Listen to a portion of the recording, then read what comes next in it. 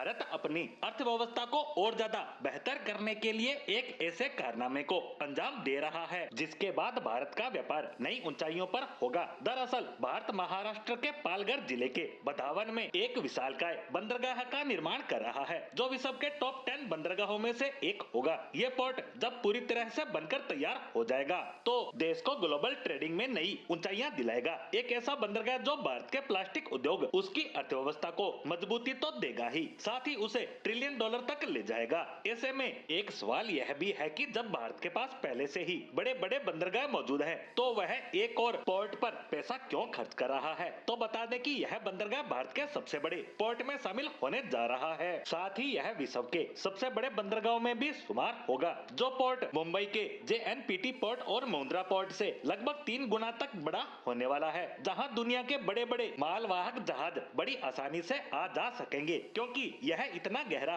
और विस्तृत होगा कि बड़े से बड़े कंटेनर शिप की पहुंच यहां तक हो जाएगी। यह पोर्ट वैसे तो महाराष्ट्र में है लेकिन गुजरात की सीमा से भी बेहद करीब होगा और इसकी लागत 76,220 करोड़ रुपए आने वाली है, जिसका निर्माण 2 चरणों में किया जाएगा। 20 मीटर तक गहरे भारत के पहले पोर्ट को समंदर के किनारे नहीं बल्कि तट से 6 किलोमीटर दूर समंदर के अंदर बनाया जाएगा जो 1448 हेक्टेयर में फैला होगा, जहां 9 कंटेनर टर्मिनल होंगे। बधावन पोर्ट में 20 मीटर की नेचुरल गहराई भारत के लिए वरदान की तरह है क्योंकि बड़े जहाजों को पोर्ट तक आने में 12 से 20 मीटर गहराई जरूरी होती है और ऐसा पोर्ट भारत में एक भी नहीं है, जिसके कारण बड़े जहाज भारत तक नहीं आ पाते और उन्हें पहले कोलंबो या सिंगापुर जैसे पोर्ट पर सामान उतारना पड़ता है, जहां से छोटे जहाजों में भारत लाया जाता है। ऐसे में प्रति कंटेनर लागत 10,000 तक बढ़ जाती है, लेकिन बधावन पोर्ट के बन जाने के बाद यह माल सीधा भारत आएगा, जिससे वही माल कम लागत पर भारत पहुंचेगा। साथ ही इस पोर्ट के माध्यम से लगभग 12 लाख लोगों को रोजगार भी मिलेगा। ऐसा दावा किया जा रहा है कि बधावन पोर्ट का आइडिया 1991 में आया था